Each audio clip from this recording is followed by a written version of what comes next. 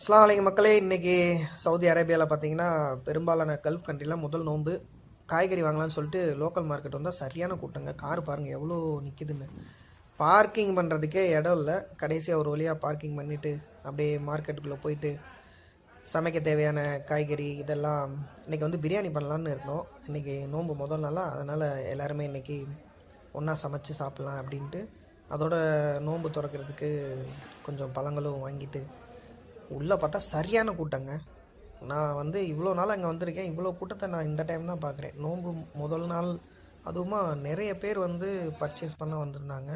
எந்த கடையை பார்த்தாலும் கூட்டமாக தான் இருந்தது. அப்படியே எல்லாமே தேவையான திங்ஸ் எல்லாம் வாங்கிட்டு நாங்கள் என்ன பண்ணோம், கிளம்ப தயாராகிட்டோம். இங்கே தான் வந்து மோஸ்ட்லி நாங்கள் பலசரக்கு ஜாமெல்லாம் வாங்குவோம், நல்ல ரேட்டில் கிடைக்கும். இங்கே வந்து கொஞ்சம் பப்பாளி அப்புறம் வாழைப்பழம் இதெல்லாம் வாங்கிட்டு அப்படியே வந்து வாங்கின பொருள்லாம் எடுத்துகிட்டு, இதுதான் அந்த மார்க்கெட்டு பார்த்துக்கோங்க. இங்கே இருக்கவங்களுக்கு தெரியும். அவ்வளோதான், எல்லா திங்ஸையும் நான் என்ன பண்ணிட்டோம் போட்டுட்டு வண்டியில் போட்டு கிளம்பியாச்சு. ஓகே பாய், நெக்ஸ்ட் வீடியோவில் பார்க்கலாம்.